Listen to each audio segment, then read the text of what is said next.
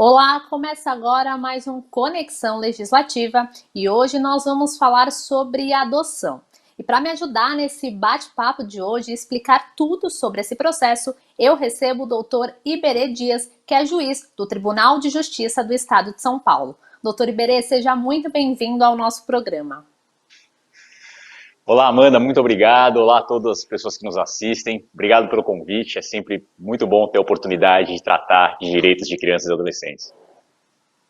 Doutor, eu gostaria de começar o nosso programa falando da pandemia, né? Foi um momento atípico que trouxe muitas mudanças para todo mundo. Gostaria que o senhor explicasse para a gente se a pandemia trouxe algum tipo de impacto para as adoções, se aumentou esse número, se diminuiu. Qual que é o balanço que o senhor pode fazer para a gente? A pandemia realmente, de alguma forma, dificultou o andamento de alguns dos processos de adoção, né? No estado de São Paulo, o Tribunal de Justiça de São Paulo tem praticamente todos os seus processos digitalizados. Praticamente todos os processos que tramitam no Tribunal de Justiça de São Paulo já estão em formato digital.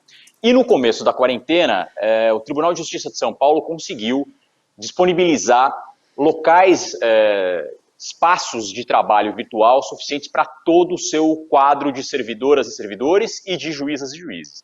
Então, são cerca de 40 mil pessoas que conseguiram trabalhar remotamente praticamente desde o início da pandemia. A questão é que teve um tempo de adaptação até que isso desse certo e que a gente conseguisse retomar essas rotinas. Então, naturalmente, no início, houve algum prejuízo no andamento dos processos em geral e, claro, nos processos de adoção. No caso dos processos de adoção, ainda tem algumas peculiaridades. Para alguns atos, é necessário que a gente promova encontros ou pelo menos visitas técnicas de psicólogas, psicólogos, assistentes sociais e a pessoa que está realizando, que pretende adotar uma criança ou um adolescente. Essas visitas técnicas, como regra, são presenciais. Durante a quarentena, a gente conseguiu fazer com que boa parte dessas visitas técnicas fosse feita virtualmente. Mas, de novo, até que essa rotina fosse implementada e tal, naturalmente houve algum prejuízo. O número de adoções nesse período realmente teve uma diminuição leve. A gente tem a expectativa de que todos esses processos que acabaram não acontecendo, né, de adoção por conta da quarentena, as pessoas que ficaram desestimuladas de adotar, por exemplo, por conta da pandemia ou por conta da necessidade de ficarem em casa, que elas retomem essa ideia e que esses processos sofram um aumento, especialmente ao longo do primeiro semestre de 2021, quando a situação estiver contornada. Então, houve um prejuízo, mas a gente tem a expectativa de que esse prejuízo seja amenizado ao longo, pelo menos, do primeiro semestre de 2021. Doutor, quando a gente fala de adoção, as pessoas têm muitas dúvidas. Então, gostaria que o senhor explicasse um pouco como é esse processo e quais são os critérios para que uma pessoa possa adotar uma criança ou um adolescente. Bom, então vamos lá. Quem pretende adotar uma criança ou um adolescente? O primeiro passo é procurar a vara da infância e da juventude da cidade em que more. Ela deve procurar a vara da infância, levar documentos pessoais, certificado, comprovante de residência, seu RG, seus documentos pessoais, para se habilitar para adoção. O processo de habilitação para adoção serve para o sistema de proteção de crianças e adolescentes ter segurança de que aquela pessoa que se apresenta para adotar realmente tem condições de criar adequadamente uma criança, de desenvolver adequadamente um ser humano. Então, nesse processo de habilitação, o que a gente basicamente vai fazer, como eu disse no começo, é realizar estudos técnicos para entender se essa pessoa tem motivações legítimas, se ela está efetivamente preparada psicologicamente para a empreitada de fazer uma adoção, né? É uma coisa para a vida toda, talvez seja o ato mais relevante e importante da vida dessa pessoa. A gente tem que ter segurança de que a gente está entregando aquela criança que se viu obrigada a sair da sua família de origem para uma pessoa que tenha condições de cuidar dela adequadamente. Então, o primeiro passo é fazer essa habilitação para adoção. Num segundo momento, a pessoa já habilitada, que já entrou na fila, já esperou seu momento chegar, vai começar a ter contato com uma criança ou um adolescente do perfil que ela escolheu. Quando a pessoa se habilita, ela escolhe algumas características da criança que ela pretende adotar. Ela pode escolher, por exemplo, o gênero, a raça, a idade, se ela aceita crianças com alguma doença curável, se ela aceita crianças com deficiência. Quando chega a vez dela na fila, ela vai então começar a ter contato com uma criança do perfil que ela escolheu. E a partir daí se desenrola o processo de adoção efetivamente. Então ela vai começar tendo contatos esporádicos, né? É a fase de aproximação. Se tudo correr bem nesse momento, sempre com acompanhamento técnico da vara da infância, né? Sempre com acompanhamento de psicólogas, assistentes sociais. Se a gente perceber que está tudo indo bem nesse momento, a criança passa a ir morar efetivamente com a pessoa que pretende adotá-la. A adoção ainda não aconteceu, mas a pessoa já passa a ter a guarda da criança e a gente continua estudando como esse vínculo de afeto, né, esse vínculo de filiação vem se desenvolvendo, se esse vínculo basicamente vem se formando de modo saudável para a criança, é isso que a gente tem que analisar. E aí, com o passar do tempo, se o estágio de convivência, nesse momento em que a criança está morando com o adotante, se tudo correr bem no estágio de convivência, aí o juiz ou a juíza vai proferir a sentença e a criança vai passar a ser filha ou filho para todos os fins da pessoa que a adotou. O senhor citou essa questão de que as pessoas podem escolher um perfil de criança ou de adolescente que elas querem adotar, a questão da idade, do gênero, se essa criança vai ter alguma doença ou não. Já existe um balanço de qual é o perfil mais procurado? Existe uma faixa etária em que as pessoas acabam ali tendo uma preferência ou um gênero? É possível, doutor, fazer um balanço sobre isso? Sim, sem dúvida. Esses dados existem, dados nacionais, que o Conselho Nacional de Justiça tem, né, do Sistema Nacional de Adoção. Só para as pessoas entenderem, todas as varas da infância do Brasil estão integradas no mesmo sistema que está centralizado no Conselho Nacional de Justiça, o Sistema Nacional de Adoção. Então, todos os atos que são praticados nas varas da infância do Brasil todo estão dentro desse sistema. Então, o CNJ tem como coletar os dados a partir daí. Esses dados mostram uma preferência muito clara das pessoas que adotam por crianças com até 8 anos. Só para você ter uma ideia, existem cerca de 36 a 38 mil pessoas na fila para adotar. Claro, esse número oscila diariamente, mas normalmente gira em torno de 36 a 38 mil pretendentes para adoção.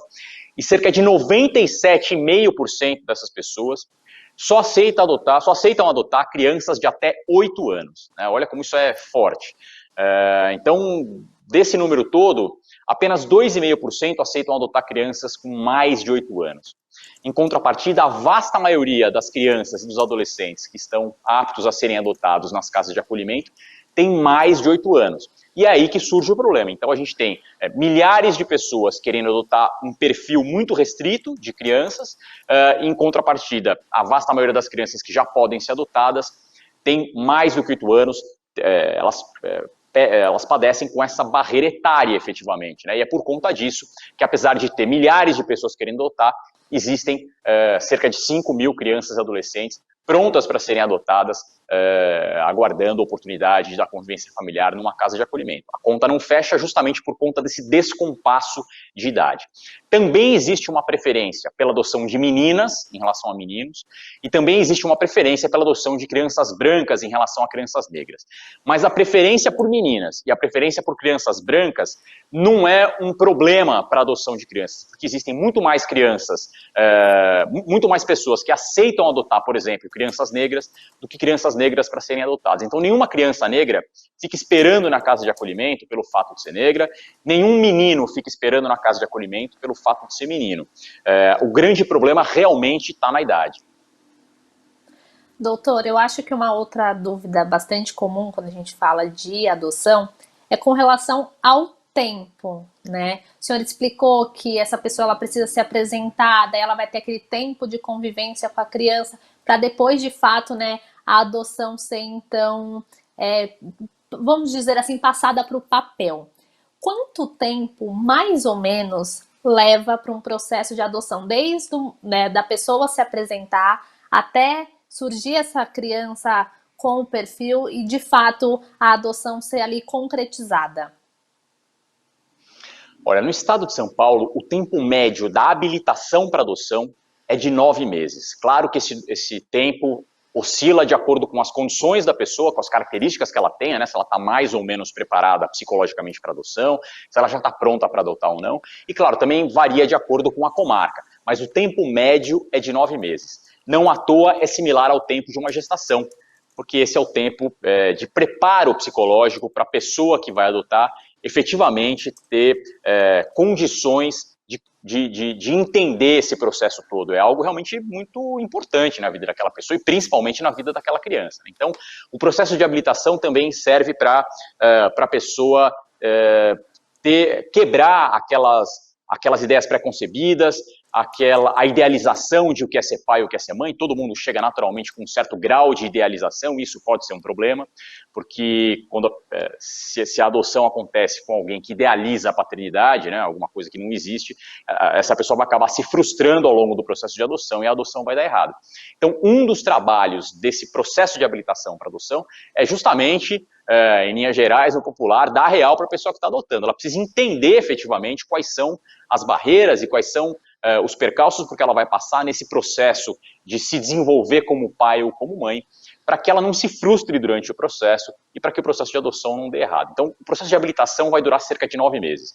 Depois que ela está habilitada, ela entra na fila da adoção. A fila da adoção tem direta relação, o tempo da fila tem direta relação com as escolhas de perfil que essa pessoa vai fazer. Então, por exemplo, se ela diz, olha, eu só aceito adotar uma menina branca de até 6 meses, e ela tem todo o direito de fazer isso, tá? Isso não é nem moralmente condenável, cada um sabe como quer exercer seu sonho de ser pai ou de ser mãe, e é absolutamente legítimo que a pessoa faça essas escolhas. A única questão é que, fazendo essas escolhas, ela vai ter que arcar com as consequências em termos de tempo. Então, se ela traça uma série de restrições para adotar essa criança, ela naturalmente vai ter um tempo de espera na fila muito maior do que uma pessoa que não tem essas restrições. Dependendo do lugar, uma pessoa que diga, eu só aceito adotar uma criança branca de até 1 ano, ela pode esperar 5, 6 anos na fila. E isso não é um mau sinal, é importante que isso fique claro. Não é um mau sinal porque isso significa que não há tantas crianças assim para serem adotadas. O que a gente precisa pensar é que no mundo ideal, o dia que a gente tiver uma sociedade bem desenvolvida, fortalecida, nenhuma criança vai deixar a sua família. Né? Então, nenhuma criança vai estar apta a ser adotada. É nesse ponto que a gente precisa chegar, né? No ponto social em que todas as famílias estão fortalecidas o suficiente para que possam cuidar das suas crianças. Quando isso acontecer, haverá muito menos crianças para serem adotadas e, naturalmente, o tempo de fila vai ser muito maior. Isso que é importante de as pessoas entenderem. O tempo de fila não significa que a criança está lá esperando. O tempo de fila significa que a pessoa que vai adotar está esperando. Essas crianças, quando o Poder Judiciário diz que pai e mãe delas não podem mais cuidar dessas crianças, que as crianças estão em situação de risco e, portanto, a gente faz a destituição do poder familiar do pai e da mãe, essas crianças, praticamente no dia seguinte, são colocadas com uma pessoa que já esteja habilitada para adotar. É essa pessoa que vai ficar na fila e o tempo de fila vai ter direta relação com as escolhas que essa pessoa faz. Então, se ela escolhe, como eu disse, um perfil muito restrito de criança, ela pode esperar 5, 6 anos, dependendo do local. Em compensação, se ela diz, por exemplo, eu aceito adotar menino ou menina, independentemente da raça, e aceito adotar crianças de até 10 ou até 12 anos, o tempo de fila dessa pessoa praticamente vai ser 0, porque quase que automaticamente vai haver alguma criança com esse perfil que já esteja em condições de ser adotada. Então, de novo, o tempo de fila tem direta relação com a escolha de perfil que o adotante faz. Doutor, na Alesp nós temos 2 iniciativas que têm aí como foco o tema da adoção, que são 2 frentes parlamentares. Então, uma para a celeridade na adoção de bebês e outra de apoio à adoção. Então, eu gostaria que o senhor falasse, né, o que o senhor pensa sobre essas iniciativas do parlamento e especificamente também sobre essa questão de incentivar a adoção, fazer exatamente como nós estamos fazendo aqui no programa, né? Explicar e mostrar para as pessoas como é esse processo, né? Como o senhor explicou, essa questão da fila de adoção que gera muita dúvida. Então, gostaria de ouvir o senhor a respeito disso. Olha, com relação à frente parlamentar, essa frente parlamentar para acelerar a adoção de bebês, eu tive acesso ao projeto, participei de uma reunião e tive acesso ao projeto de lei que acabou elaborado, e o projeto de lei definitivamente não me agrada nem um pouco, por algumas razões. Primeiro, que como eu disse, a adoção de bebês não é um problema. A gente tem uma série de problemas para resolver no sistema de adoção no Brasil. A adoção de bebês não é um desses problemas. Então, a gente está voltando esforços e dinheiro público para uma questão que não é aquela que nos deveria preocupar, né? A adoção de bebês está bem solucionada, tanto quanto é possível, de acordo com a situação humana, né? O que a gente deveria era justamente fomentar e pensar formas de incentivar, como eu disse, a adoção de crianças com mais de 10 anos. Esse é o grande problema que a gente tem. A adoção de bebês é uma situação que está muito bem resolvida. Como eu disse, os bebês esperam pouquíssimo tempo depois de feita a destituição familiar para irem para uma família. A ideia de acelerar a adoção de bebês vem a interesse exclusivamente de quem está adotando, não a interesse das crianças, e existe aí uma questão também de aprofundar desigualdades sociais, né? Essas crianças normalmente vêm de famílias vulneráveis, de famílias humildes, de famílias que nunca receberam as ferramentas necessárias para conseguir desenvolver adequadamente suas crianças, e essas famílias acabam, além de não terem recebido essas ferramentas, sendo punidas no momento posterior com a retirada dessas crianças, com a impossibilidade de cuidar dos seus filhos. Essa é a decisão mais grave, né, mais séria que um juiz ou uma juíza podem proferir. Veja bem, a pena de morte, por exemplo, é proibida no Brasil e é proibida em todo o mundo civilizado, né, em todos os países civilizados, a pena de morte é proibida por razões humanitárias. E, no entanto, se a gente perguntar para pais e mães se eles preferem morrer ou se eles preferem que a gente tire os filhos deles e que eles nunca mais tenham a chance de ver seus filhos e suas filhas, muito provavelmente eles vão preferir morrer. Em outras palavras, a decisão que retira essas crianças das suas famílias é até mais grave do que seria uma decisão de pena de morte que é proibida. Olha a gravidade de se proferir uma decisão como essa. Então, esse processo da destituição do poder familiar tem que estar efetivamente cercado de todos os cuidados, porque ele traz consequências gravosas para o resto da vida para aquela criança. Ainda que a criança estivesse em situação de risco, ainda que pai e mãe não tivessem efetivamente condições de cuidar daquela criança e de que, no fim das contas, o melhor quadro fosse retirar a criança da sua família, para aquela criança isso vai ser um trauma que ela vai ter com o qual ela vai ter que lidar para o resto da vida. E para aquela família que perdeu seus filhos e suas filhas, a mesma coisa. Em termos sociais, todas as decisões de destituição do poder familiar trazem um agravamento, elas são indesejáveis. Como eu disse, o ideal seria que a gente tivesse famílias fortalecidas o suficiente para que tivessem condições de cuidar adequadamente dos seus filhos e das suas filhas. É a isso que os esforços todos públicos do Poder Legislativo, do Poder Executivo e do Poder Judiciário devem estar voltados, a fortalecer essas famílias vulneráveis.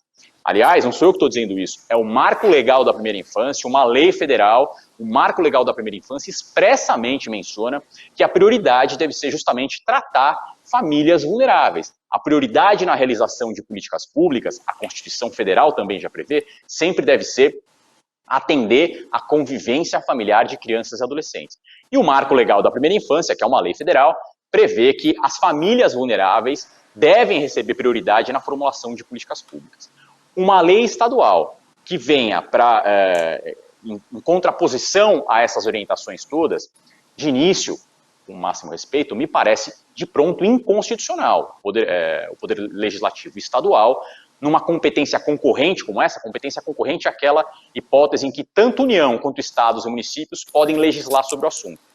A União estabelece parâmetros gerais, Estados e municípios fazem as regulamentações a partir dessa regulamentação geral da União. E como eu disse aqui, a União já disciplinou que a prioridade deve ser fortalecer essas famílias vulneráveis. Então, uma lei estadual que se contraponha a essa orientação de uma lei federal parece que seja inconstitucional. Mas mais que isso, pessoas que estão habilitadas para adotar, por exemplo, de acordo com o Estatuto da Criança e do Adolescente, não podem sequer ser padrinhos ou madrinhas de crianças e adolescentes, justamente porque a ideia é diferente. Uma coisa é a concepção do apadrinhamento, né, de servir como orientador de uma criança, de mentor de uma criança, né, ou de um adolescente. Outra coisa é a ideia de adotar, de ser pai ou mãe daquela criança. O Estatuto da Criança e do Adolescente prevê que quem está na fila para adotar não pode sequer ser padrinho ou madrinha de crianças e adolescentes, e prevê isso com boa dose de razão. Que se dirá que pessoas que estejam habilitadas para adotar sirvam de famílias acolhedoras. Com mais razão, se quem está habilitado para adotar não pode ser padrinho ou madrinha, com mais razão, claramente não pode ser família acolhedora. Família acolhedora é aquela família que cuida da criança enquanto a gente está resolvendo a situação da família de origem dessa criança, para que a criança possa retornar para a sua família de origem, né? E no estado de São Paulo, a vasta maioria das crianças e dos adolescentes que vêm para o sistema de acolhimento acabam retornando para a sua família de origem como efetivamente é desejável. Se a gente pegar o recorte de 0 a 18 anos, né, de todas as crianças e adolescentes do estado de São Paulo, mais de 2/3 acabam retornando para a sua família de origem. No caso dos bebês e das famílias acolhedoras em especial, e é disso que trata o PL que foi resultante da frente parlamentar pela aceleração da adoção de bebês, inclusive o nome se contrapõe à ideia do ECA, o PL resultante disso prevê que famílias habilitadas para adotar vão servir também como famílias acolhedoras. De novo, se essas famílias não podem sequer ser padrinhos ou madrinhas das crianças, com mais razão, não vão poder ficar com essas crianças enquanto a gente está tentando resolver a situação da sua família de origem. Porque a ideia de quem está cuidando da criança nesse momento é justamente fazer movimentos para que essa criança retorne para a sua família de origem. O ideal é que a gente consiga tratar adequadamente a família de onde essa criança vem, para que a criança volte para lá. Se a criança está inserida numa família que pretende adotá-la depois, é claro que essa família vai boicotar o processo de retorno dessa criança para sua família de origem. A família que está ali já disse que está querendo adotar a criança. Ela disse isso claramente, falou, eu quero que essa criança seja minha filha. Se ela quer que a criança seja filha dela, é claro que ela não vai ajudar em nada para essa criança voltar para o seu pai ou para sua mãe biológicos. Então, é evidentemente antagônico que pessoas que estejam habilitadas para adotar sirvam de famílias acolhedoras, né? Então, realmente, o projeto de lei resultante dessa frente parlamentar, com o máximo respeito, e eu compreendo a boa intenção e a intenção de beneficiar as crianças e adolescentes, mas o PL daí resultante até o momento me parece claramente inconstitucional, além de estar em desacordo com todas as diretrizes técnicas dos serviços sociais, as diretrizes técnicas da psicologia, as diretrizes técnicas de quem lida com famílias em situação de vulnerabilidade.